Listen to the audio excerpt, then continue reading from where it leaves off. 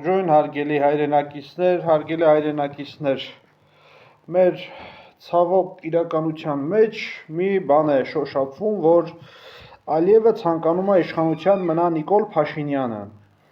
Եթե Ալիևը ցանկանում է իշխանության մնա Նիկոլ Փաշինյանը,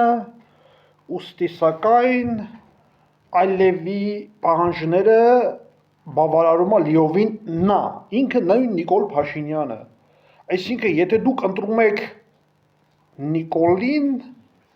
դու էլ դառնում եք Ալիևի կամակատարները։ Մի հատ էդի լավ անալիզ արեք, տեսեք, որ իրականության հետ լիովին համապատասխանում է։ Եվ սրանց անբարոք հայլերը, Ալեն Սիմոնյանի տականք պահվածքը, Ալեն Սիմոնյանը ջավախքը Հայաստան չի եւ այլն, էզև շոշափելով անցնում են, իրենք կարծես ապահովագրված լինեն,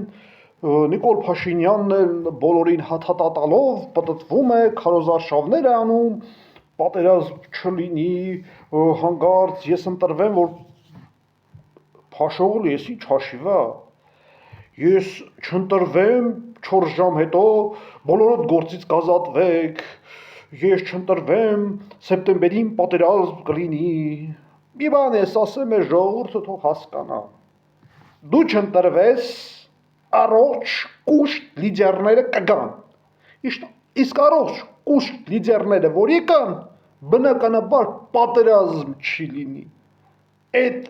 ով չի հասկանում, այդ բայևոյ բլեֆները որտեղից ես անում, Նիկոլ Փաշողլի, ու են քո Կոնջորյան, Փրչոտ Խոստ Ալեքսանյան, այդ ուխտ Ալեն Սիմոնյան, մի վար ժամանակ ուխտ էր, հիմա Արնախուն Բարբարոսը, Ստախոս,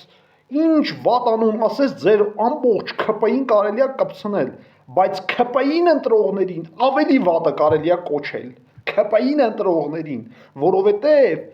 բերանացի դու ասում ես ես թուրք եմ, իրենք գալիս են թուրքին քվե են տալիս, էսի աններելի սխալ են գործում, ուղղակի չգիտակցելով, որ սեփական ուղեղի ծալքերը սառը դատեն, 100% քեզ չեն ընտրի, ես միևնույն է, մնում եմ իմ սկզբունքներին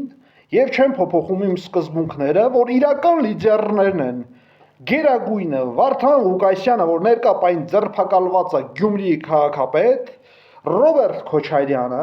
Սամվել Կարապետյանը եւ Գագիկ Ծառուկյանը, այլ իրական ընդդիմություն չեմ տեսնում, ժողովուրդ ջան, դիտեք եւ տարածեք, շնորհակալություն ուշադրության համար։